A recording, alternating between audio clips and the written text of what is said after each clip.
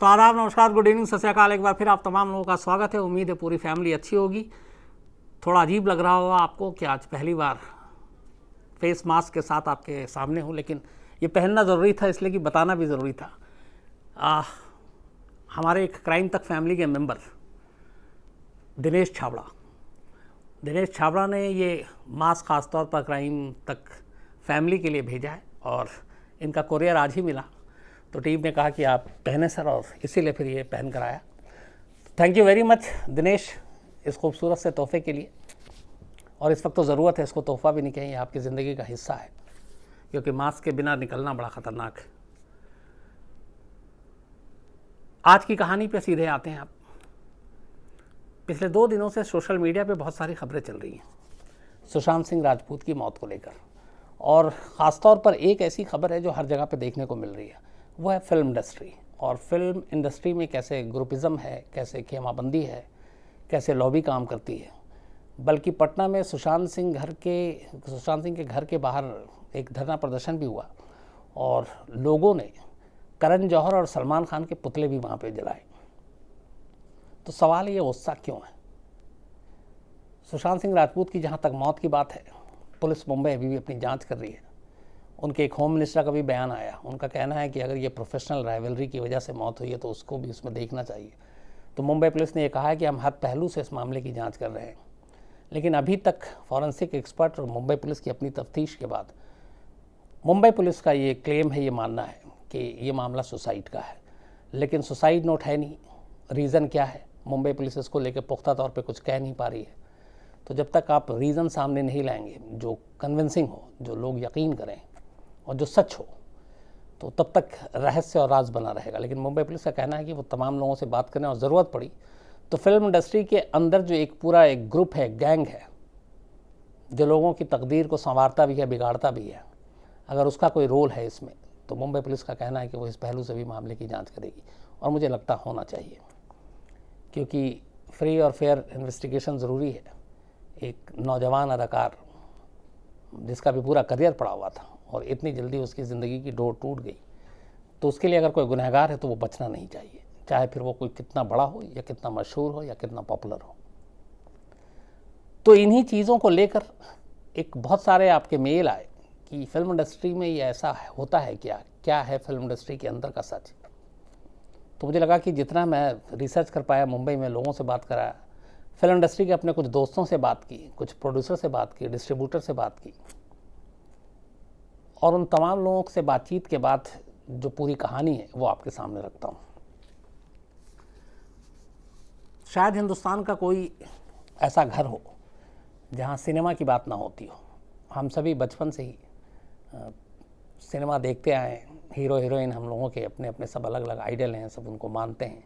South में तो पूजा तक करते हैं, मंदिर बनाते हैं हीरो हीरोइन की ऐसे। तो बड़ा सर पे बिठाते हैं हम लोग, बहुत प्यार करते हैं जो भी हीरो हीरोइन हर दौर में। ऐसा नहीं कि आज के हमारे दौर की बात, हमारे जो पुराने लोग थे उन सब के भी अपने अपने चहेते अदाकार हुआ करते थे। फिल्म इंडस्ट्री एक ऐसी इंडस्ट्री है जिसको लोग दिल माथे पे बिठाते हैं, लेकिन इसका एक दूसरा पहलू भी है। वो पहलू ये है कि फिल्म इंडस्ट्री में बहुत पैसा इन्वॉल्व है।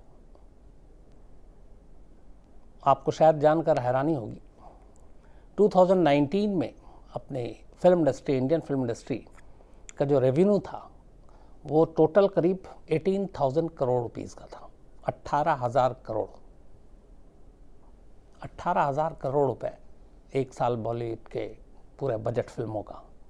और इसमें से भी सिर्फ करीब 13,000 करोड़ थिएटर से कमाई होती है, जो टिकटों से, जो हम आप फिल्म देखने जाते हैं, तो उसका जो कलेक्शन है वो रीजनल फिल्में, हिंदी फिल्में, साउथ की फिल्में, इन सबको मिलाकर बता रहा हूँ।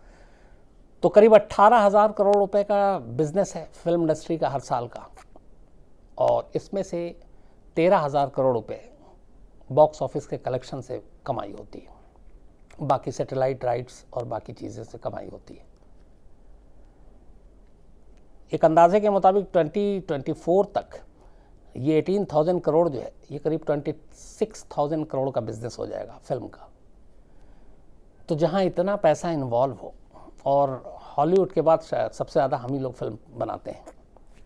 अगर मैं 2019 की बात करें तो 121 मूवी रिलीज़ हुई थी, छोटे बड़े सारे बजट की मिलाकर, साउथ और रीजनल मिलाकर। फिल्में चलती भी हैं, फिल्में नहीं भी चलती हैं, फिल्में सुपर हिट होती हैं, बम्पर हिट होती हैं, कुछ फिल्में पिट जाती हैं, कुछ आती हैं चली जाती हैं, पता तक नहीं चलता। तो ये सारा बिजनेस धंधा चलता रहता है। अब जब पैसे इतने इन्वॉल्व हैं तो कहानी यहीं से शुरू होती है कि फिल्म इंडस्ट्री भी एक बाकी इंडस्ट्री की तरह है, तो वहाँ भी एक वर्चस्व की लड़ाई होती है। और इसी वर्चस्व की लड़ाई ने फिल्म इंडस्ट्री में भी एक ग्रुप बना रखा है। मुट्ठी भर लोग हैं लेकिन सबसे ताकतवर लोग हैं। और ये ऐसा नहीं कि ये अभी 2, 4, 5, 10 साल की बात है, हर दौर में ऐसे ग्रुप रहे हैं जिनसे आप पंगा लेके फिल्म इंडस्ट्री में नहीं रह सकते। कायदे से अगर मैं 121 फिल्में करूं और हिंदी फिल्में मान लीजिए एक साल में करीब 50, 60, 70 रिलीज़ होती हैं, तो इसमें जो बड़े बैनर की बड़े बजट की फिल्में होती हैं वो बहुत उंगलियों पे गिनी हुई होती हैं। जैसे अगर मैं 121 मूवी की बात करूं 2019 में, तो इसमें टी सीरीज़ की 13 फिल्में थी जो टी सीरीज़ ने प्रोड्यूस की। यशराज बैनर तले, बहुत बड़ा नाम, 2 फिल्में रिलीज़ हुई। धर्मा प्रोडक्शन करण जौहर 5 फिल्में रिलीज़ की। सलमान खान के अपने प्रोडक्शन की फिल्में जो अरबाज़ और सुहेल खान देखते हैं, 3 फिल्में थीं। आमिर खान जो फिल्में खुद भी करते हैं, बाकी फिल्मों में पैसे लगाते हैं, प्रोड्यूस कराते हैं, 1 फिल्म थी। रिलायंस की 7 फिल्में थी। रिलायंस एक प्रोफेशनल ग्रुप है जो फिल्म में अब हाथ आजमाता है। इसके अलावा फैंटम की 1 थी, बालाजी टेलीफिल्म्स की थी, फॉक्स स्टार की थी, वायोकॉम की थी, इन सभी की थी। लेकिन अगर कुल मिलाकर इसमें आप देखें तो कुछ ही नाम हैं जो फिल्म इंडस्ट्री में बड़ा बैनर और बड़ा प्रोडक्शन हाउस माना जाता है। उसमें एक है यशराज फिल्म्स, जिसके अभी कर्ता धर्ता है आदित्य चोपड़ा, और दूसरा है धर्मा प्रोडक्शन, जिसके कर्ता धर्ता है करण जौहर। इनके अलावा red chilli SRK, Shahrukh Khan और सलमान खान। कुछ लोग आदित्य पंचोली का भी नाम लेते हैं, वो बहुत फिल्में और ये सारी चीज़ों में नहीं है, लेकिन दबदबा। और आदित्य पंचोली के बारे में ये कहता है कि जितने भी वहाँ पे मजबूत ग्रुप है उस सारे ग्रुप से लगभग के नज़दीक है। तो आदित्य पंचोली भी एक बड़ा इंपॉर्टेंट रोल प्ले करते हैं। कहाँ पे? फिल्म इंडस्ट्री में काम को लेकर बहुत सारी चीज़ें होती हैं। कास्टिंग काउच, ये सब हम लोग पुराने सुन चुके। हीरोइनों का कई बार शोषण हुआ, ये भी कहानियाँ बीच बीच में आती रहती हैं। इवन हीरो के साथ भी कई बार गलत हुआ, ये भी हम सब सुनते रहते हैं। बट फिल्म इंडस्ट्री 2 हिस्सों में बटी रहती है। एक जो फिल्मी ख़ानदान से है, कपूर्स, चोपड़ास, खान्स, और एक जो छोटे छोटे शहरों से इस सपनों की दुनिया में कदम रखने के लिए मुंबई पहुंचते हैं, जो वैसे भी दिखने में भी आम लगते हैं और इन फिल्मी ख़ानदान के जैसे भी नहीं होते हैं, लेकिन उनके अंदर टैलेंट भी होता है। और ऐसे लोगों ने भी अपनी जगह, ऐसी बात नहीं है, बनाई है इन सारे ग्रुप के रहते हुए भी। चाहे वो मनोज वाजपेयी हों, ओम पुरी हों, नसीरुद्दीन शाह हों, आशुतोष राणा हो, इसके अलावा मनोज वाजपेयी हों, अभी नवाजुद्दीन सिद्दीकी को ले लीजिए। तो ऐसे बहुत सारे एक्टर, अदाकार जो बिल्कुल हमारे आप जैसे ही लगते हैं, बट और जिनका कोई गॉडफादर नहीं, कोई फिल्मी बैकग्राउंड नहीं, मुंबई में जाते हैं, अपनी जगह बनाते हैं। और ऐसे ही अदाकार एक सुशांत सिंह राजपूत, जो कोई फिल्मी बैकग्राउंड नहीं, पूरा फैमिली सरकारी अधिकारी, अफसर, पढ़ने लिखने वाला फैमिली, खुद इंजीनियरिंग में एंट्रेंस एग्ज़ाम में 7th रैंकिंग। तो एक ऐसा शख्स मुंबई जाता है जिसका फिल्मी बैकग्राउंड भी नहीं, और अपनी फिल्मों में वहाँ किस्मत आजमाता है, स्ट्रगल करता है, और स्ट्रगल रंग लाती है, और फिर उसको फिल्में मिलती हैं। लेकिन ऐसी क्या चीज़ होती है कि जिस सुशांत सिंह राजपूत को दर्शकों ने नहीं नकारा, कभी 2 तरह के लोगों के फिल्म इंडस्ट्री में बहुत सारी ऐसी मौतें की खबरें आती रहती हैं। एक वो जो फिल्मों में गए, नाकाम हो गए, उन्होंने सदमे में सुसाइड कर लिया। एक वो जो फिल्मों में गए, खूब नाम कमाया, फिर एक फेज़ आया जहाँ पे नाकामी उनके हिस्से में आनी शुरू हो गई और वो इस चीज़ को बर्दाश्त नहीं कर पाए, उन्होंने भी ऐसा किया। कुछ ऐसे भी लोग थे जो फिल्मों में गए, खूब नाम कमाए, शोहरत कमाई, और वो उस कामयाबी और शोहरत को पचा नहीं पाए और वो गलत रास्ते पे चल पड़े, फिर उनकी भी मौत हो गई। लेकिन इन सारी कहानियों से सुशांत सिंह की कहानी अलग है, इसलिए कि सुशांत सिंह ने जिस तरीके से स्ट्रगल किया वो एक फेज़ अलग है। लेकिन 2013, इससे पहले सीरियल में तमाम काम किया। 2013 पहली फिल्म थी सुशांत की जो रिलीज़ हुई थी, काई पोचे, और इस फिल्म को, पहले ही फिल्म को लेकर सुशांत सिंह की काफ़ी तारीफ हुई, उनकी अदाकारी की तारीफ हुई। कुल 7 साल फिल्मों में काम किया और 10 फिल्में ही की। शुद्ध देसी रोमांस, उसके बाद PK, detective Byomkesh Bakshy, MS Dhoni, the untold story, Raabta, welcome to New York, Kedarnath, Sonchiriya और छिछोरे जो उनकी लास्ट रिलीज जो हुई थी फिल्म, और उसके बाद एक वेब सीरीज थी ड्राइव। अब इसमें कमाल की चीज़ ये है कि जो मैंने फिल्मों के आपको नाम बताए, पहली फिल्म UTV मोशन पिक्चर की थी, ये एक बड़ा ग्रुप है। लेकिन जो दूसरी फिल्म थी, चूँकि काई पोछे में काफ़ी तारीफ हुई, शुद्ध देशी रोमांस, ये यशराज बैनर की फिल्म थी। यशराज ने इसको प्रोड्यूस किया। तो पहली बार यशराज के साथ सुशांत का एक समझौता होता है, एग्रीमेंट होता है। फिल्म इंडस्ट्री में जो नए ऐसे कमर होते हैं, न्यू कमर, उनको बड़े बड़े जो प्रोडक्शन हाउस होते हैं उनके साथ एग्रीमेंट कराते हैं कि जब तक आप हमारे साथ काम करें, आप किसी और दूसरे बाहरी प्रोडक्शन हाउस या डायरेक्टर के साथ आप फिल्म नहीं करेंगे। इसका बड़ा नुकसान भी होता है। लेकिन शुरुआत में लोग साइन कर लेते हैं, इसलिए कि उन्हें लगता है एक मौका मिल रहा है, इतना बड़ा बैनर है, यशराज फिल्म है, तो यार कर लो, इनकी फिल्मों से ही नसीब चमक जाएगा। लेकिन धीरे धीरे बाद में पता चलता है कि वो एक फ़िल्म तो कर लिया और आपका एग्रीमेंट है कि अगले 5 साल तक आप किसी बाहरी फिल्म में काम नहीं करेंगे, और उस फिल्म के बाद आपको वो दूसरी फिल्म अभी रिलीज़ भी नहीं कर रहे हैं, ना आपको ले रहे हैं, दूसरों के साथ बना रहे हैं। अब आपके अंदर बेचैनी शुरू हो जाती है कि एक फ़िल्म तो कर ली, 5 साल का एग्रीमेंट है। सुशांत सिंह के साथ ऐसी हुआ था कि कुछ बाहर की फिल्में मिली उनको, और उस वक्त वो यशराज फिल्म के साथ एग्रीमेंट से बंधे हुए थे, और ये कहा, बल्कि डायरेक्टर ने भी कहा जाकर कि आप इसको, इस एग्रीमेंट को तोड़ते हुए इसको आप हमें दे दें इस फिल्म में काम करने के लिए। बट कहते हैं कि यशराज ने, मतलब आदित्य चोपड़ा ने, इनकार कर दिया, और उसी वक्त एक दूसरा एक्टर जो उसी यशराज के साथ जिसका एग्रीमेंट हुआ था, वो भी बाहर की फिल्मों में काम नहीं कर सकता था, सुशांत सिंह की जगह उस एक्टर को कहा कि आप इसको लीड रोल में ले लो, और वो एक्टर था रणवीर सिंह। तो दोनों एक ही ग्रुप में, एक ही बैनर तले हैं, लेकिन एक को नहीं दिया और एक को भेज दिया। इसके बाद हालांकि पीके आमिर खान की फिल्म थी, लेकिन सुशांत का इंपॉर्टेंट रोल था।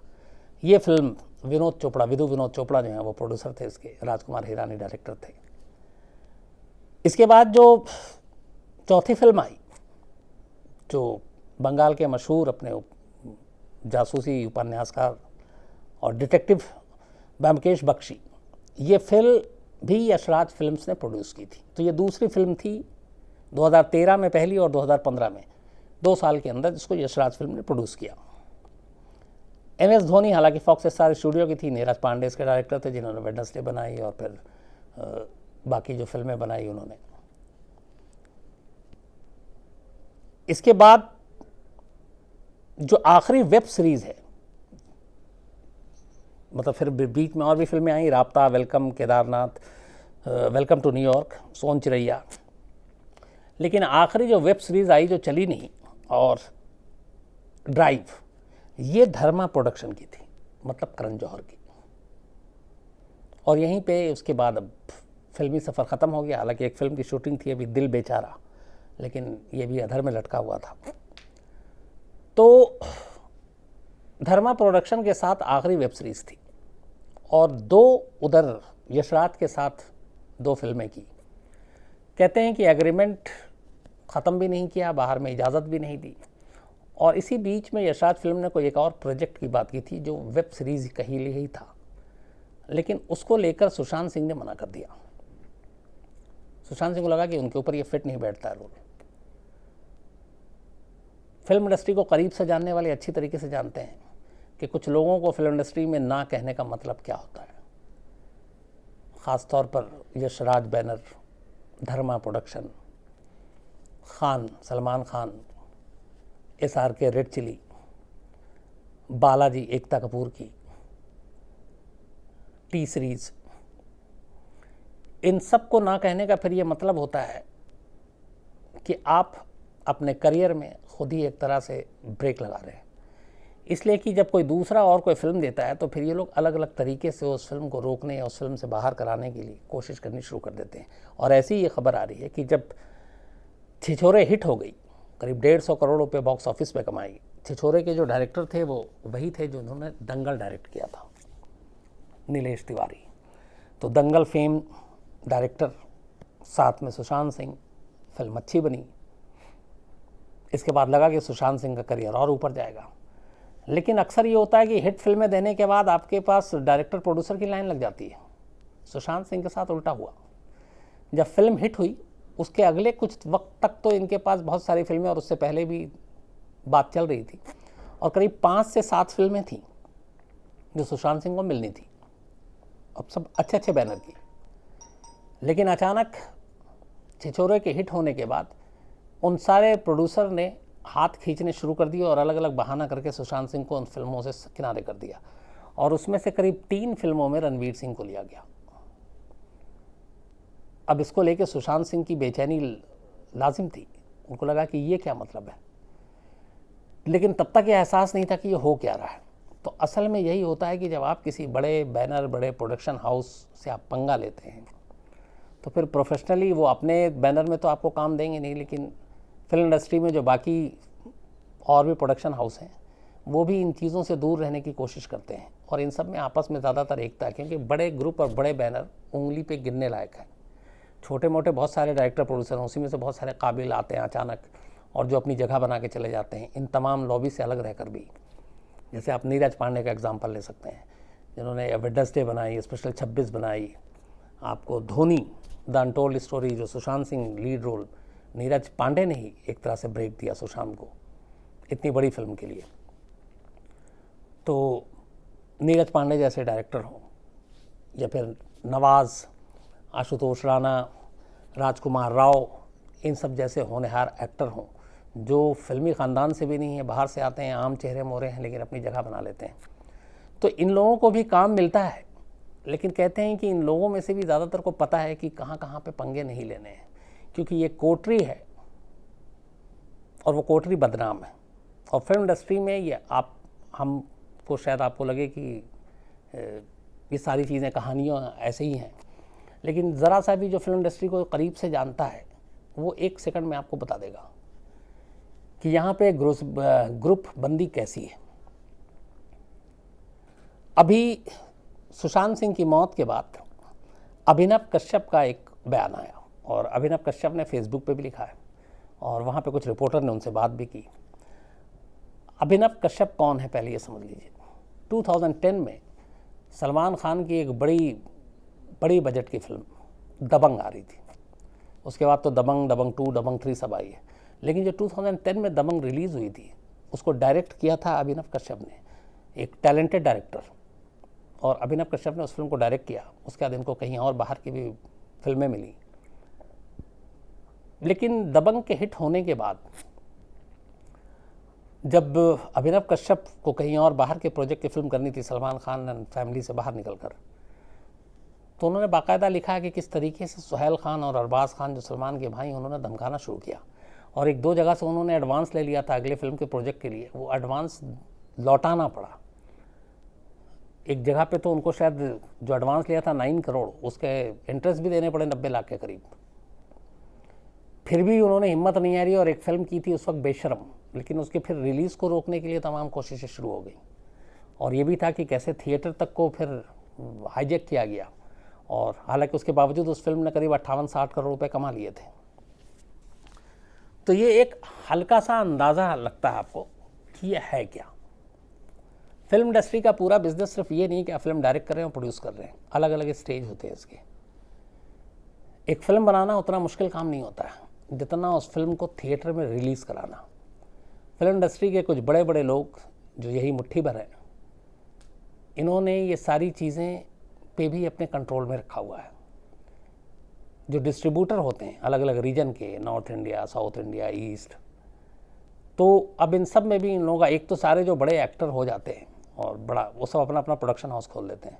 इस वक्त आप जितने नाम ले लीजिए, अक्षय कुमार भी लगभग पैसे लगाते हैं, करते हैं, जिस शायद उसमें जो फिल्म थी, कई फिल्में हैं, शाहरुख खान, सलमान खान, आपके आमिर खान, अजय देवगन, करण जौहर तो है ही हैं, आदित्य चोपड़ा है। तो ऐसे तमाम लोग आजकल जो बड़े स्टार हैं, ये अपना प्रोडक्शन हाउस भी, और ये फीस भी नहीं लेते हैं। तो ये फिल्म की सक्सेस में जो बॉक्स ऑफिस में कमाई हो उसका मतलब हिस्सा लेते हैं कि इतने पैसे देने हैं आपको और इतने नहीं देने। तो फिल्म बनाना, फिल्म प्रोड्यूस करना और फिल्म को डिस्ट्रीब्यूट करना, इन सब में ही इन लोगों का हाथ है मेन। तो अब एक आम आदमी जो बाहर से आया, जिसने फिल्म बनाई बड़ी मेहनत से, सेंसर बोर्ड से पास भी हो गया, अब उसे थिएटर पे रिलीज़ कराना है। पिक्चर थिएटर में जाएगी क्योंकि पिक्चर बनती थिएटर के लिए।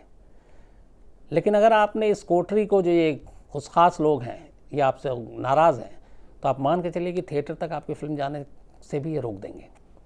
उसके कई तरीके हैं, मैं बहुत तरीक़ों में नहीं जाऊँगा, सिर्फ एक छोटा सा किस्सा बताता हूँ। अजय देवगन और यशराज फिल्म्स, इन दोनों की फिल्म एक ही वक्त में रिलीज़ हो रही थी, जबकि अजय देवगन का कहना था कि उन्होंने पहले से अपने रिलीजिंग का डेट फाइनल कर रखा था। अब उसमें बहुत सारी बातें हुई दोनों, हालांकि अजय देवगन की वाइफ काजोल के अच्छे रिश्ते इधर यश चोपड़ा की फैमिली से, लेकिन अजय देवगन की भी जो फिल्म रिलीज़ हो रही है वो उनका अपना होम प्रोडक्शन, उनके पैसे लगे हुए हैं। अब दोनों फिल्में एक साथ रिलीज़ होंगी तो बिज़नेस पे असर पड़ेगा दोनों ही फिल्मों पे। तो इसमें बड़ी कोशिश की गई कि अजय देवगन अपनी फिल्म की रिलीज़ डेट को आगे बढ़ा दें, पर वो मानने को तैयार नहीं थे और उसमें बड़े रिश्ते ख़राब हुए। कहते हैं कि अगर वहाँ पे अजय देवगन की जगह कोई और होता तो उसकी हिम्मत नहीं होती कि यशराज के फिल्म के सामने अपनी फिल्म को रिलीज़ करे सेम डेट पर। और ये बड़े बड़े एक्टर अदाकारों में होता है, इसीलिए आपने देखा होगा अब तो हर एक्टर ने चुन लिया है, किसी की होली पे फिल्म आती है, किसी की ईद पे आती है, किसी की दिवाली पे आती है, किसी की न्यू ईयर पे आती है, किसी की कि आप सीधे ले लीजिए कि ईद पे सलमान खान फिक्स है, न्यू ईयर पे आमिर खान, हालांकि अगर वो फिल्म साल में एक बार करें तो, वरना तो 2-3-4 साल में आती है, देन दिवाली पे शाहरुख खान। तो ये एक तरह से बटा हुआ है एकदम। तो फिल्में थिएटर तक कई बार खाली नहीं होते हैं, कब्ज़ा हो जाता है कि आपने कितनी स्क्रीन ली, क्योंकि फिल्म के प्रिंट आउट होते हैं 5000, 4000, 3000, 2500, 6000, इतने आपके सारे जो एक रिलीज़ होता है तो वो सारी चीज़ें बनती है, तो इतने आपको थिएटर चाहिए होते हैं। अब एक बड़ा प्रोडक्शन, एक बड़ा प्रोड्यूसर, उसकी बड़ी फिल्म आ रही है, मान लीजिए कि अगर पूरे देश में 10,000 थिएटर हैं और उसने 8,000 बुक करा लिए, तो अगले 1-2 हफ्ते के लिए तो जो बाकी फिल्में बन रही हैं देश में, और भी तो फिल्में बन रही हैं, 121 तो एक ही साल में रिलीज़ होती है, तो वो किस थिएटर में जाएगा। तो कई बार ऐसा होता, समझौता था कि अच्छा ठीक है मैं 6 ले लेता हूँ, तुम 2 में काम चलाओ, 2000 में थिएटर में। तो इन सारी चीज़ों को लेकर ये झगड़ा चलता रहता है, क्योंकि इसमें पैसा पूरी तरह इन्वॉल्व है।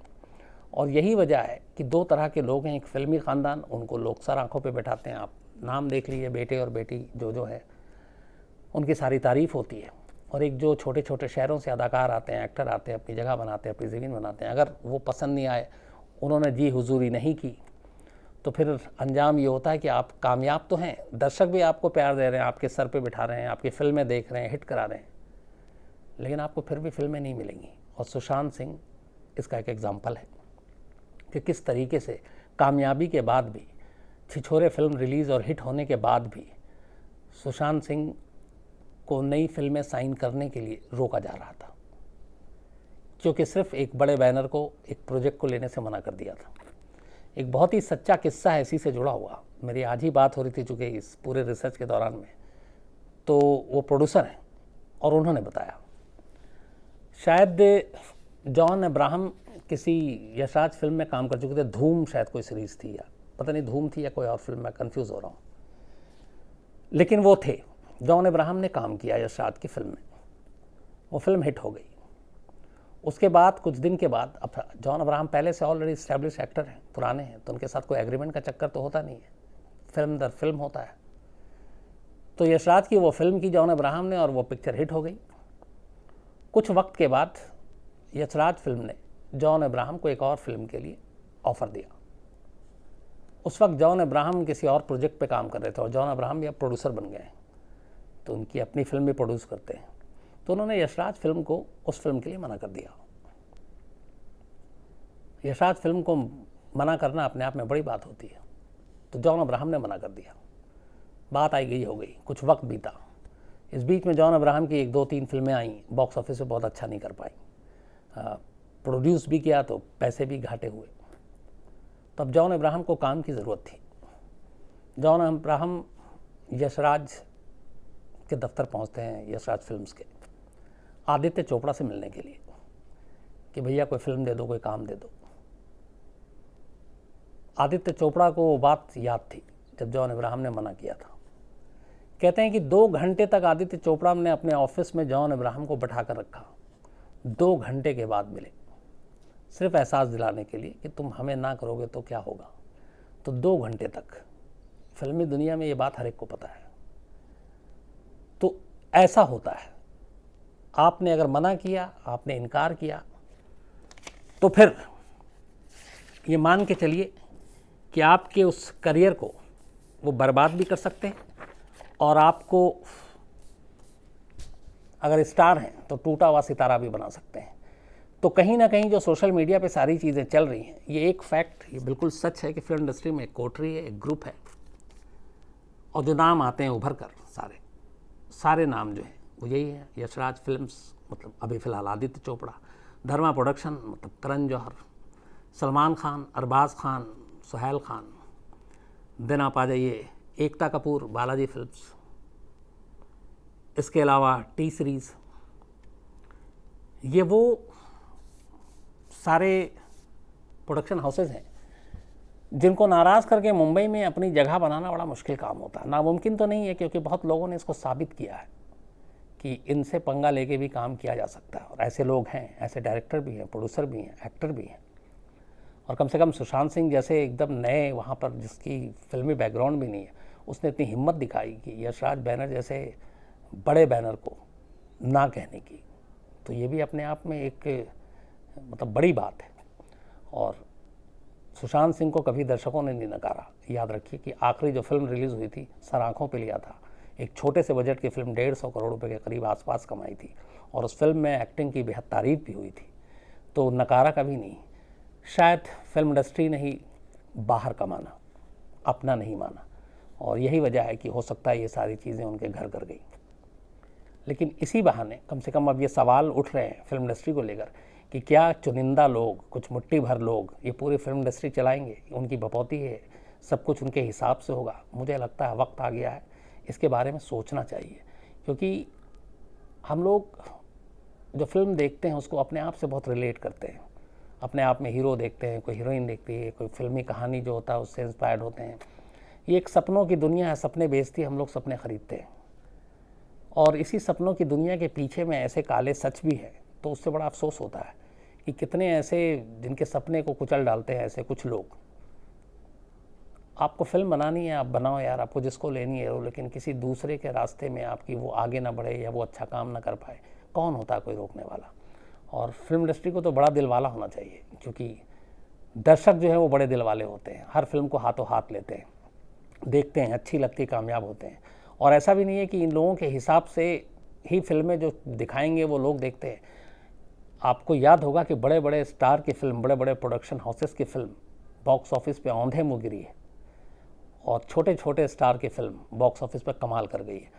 तो असली फैसला, असली जज जनता, दर्शक है, जो फिल्मों को देखती है, जो हिट भी कराती है और फ्लॉप भी कराती है। तो दर्शकों पे छोड़ना चाहिए। फिल्म बनाने का काम है, आपको फिल्म बनाना चाहिए। फिल्म के अंदर घेराबंदी, ग्रुपबंदी और ये चीज़ें नहीं होनी चाहिए कि ख़ास लोगों की बपौती है। इससे पूरी फिल्म इंडस्ट्री का ही की बदनामी होती है, और मुझे लगता है कि शायद यही वो चीज़ है। सुशांत सिंह ने एक जगह अपने इंटरव्यू में कहा भी था कि मुझे लगता है कि ये लोग मुझे अपनाने को तैयार नहीं है, और मुझे बाहरी फील करते हैं, इसलिए कभी पार्टी में नहीं बुलाते, कभी किसी और जगह नहीं बुलाते। तो अगर एक यंग एक्टर इस तरह की बातें करे तो इसका मतलब है कुछ बोल रहा दिल से। और जिस तरीके से ट्वीट करके शेखर कपूर ने कहा कि तुम्हारी नहीं उन लोगों की वो है, तो वो भी एक इशारा, क्योंकि शेखर कपूर के साथ एक फिल्म थी पानी, जो इसी यशराज फिल्म की प्रोडक्शन कर रही थी, डायरेक्ट करना था शेखर कपूर को, और उसमें लीड रोल था सुशांत सिंह का। लेकिन जब सुशांत ने यशराज फिल्म को उस प्रोजेक्ट के लिए मना किया तो बाद में उस प्रोजेक्ट को ही बक्से में डाल के रखा हुआ था यशराज ने। उसने कहा कि इसको अभी फ्लोर पे जाने ही नहीं देंगे, और यही वजह कि वो फिल्म की शूटिंग शुरू नहीं हुई। अब शायद 2020 में कुछ होती है अब, लेकिन उसमें सुशांत सिंह होते या कोई और होता ये पता नहीं, लेकिन बदला लेने के लिए वो फिल्म भी सुशांत की शुरू नहीं की गई, जिसका अफसोस शेखर कपूर ने जताया है। तो कुल मिलाकर यही है कि जो पहला पर्दा है 70 mm की स्क्रीन है, हम सब कुछ चमकते और ये सारी चीज़ें देखते हैं, इसके पीछे का सच कुछ और है। तो ऐसा होना नहीं चाहिए। फिल्मी दुनिया है, सपनों की दुनिया है, सपने ही तक ही रहें तो अच्छा है, उसके पीछे की बुराई और ये काली चीज़ें ना करें तो और भी अच्छा। और मुझे लगता है सुशांत सिंह की मौत के बाद कम से कम इस मुद्दे पे, इस सवाल पे बात होगी और लोग इसको देखेंगे, और जो लोग, जिन लोगों का नाम आ रहा है वो भी सोचेंगे कि हाँ ये जो भी हो रहा है ये गलत हो रहा है। तो फिलहाल इतना ही। हाँ, मैं आज नोट करके नहीं लाया क्योंकि बहुत सारी चीज़ों में उलझा हुआ बिजी था, लेकिन आज हमारी क्राइम तक फैमिली के ख़ास मेंबर हैं देवेश जैक। तो देवेश जैक का आज बर्थडे है और मेरी बात भी हुई थी कल, तो मैंने कहा कि आज विश कर दें। तो हैप्पी बर्थडे देवेश, हमेशा खुश रहो, अच्छे रहो, माँ बाप का नाम खूब रोशन करो। तो आज इतना ही। बाकी आप तमाम लोगों के मेल और बाकी सारी चीज़ें कल ज़रूर नोट करके लाऊंगा। आज चूँकि उलझा हुआ था और सुबह से बहुत सारे लोगों से बात करनी थी फिल्म इंडस्ट्री में भी, तो इसी वजह से। तो फिर मिलते हैं कल रात 9 बजे किसी नई कहानी के साथ। तब तक अपना ख्याल रखिएगा। Thank you very much.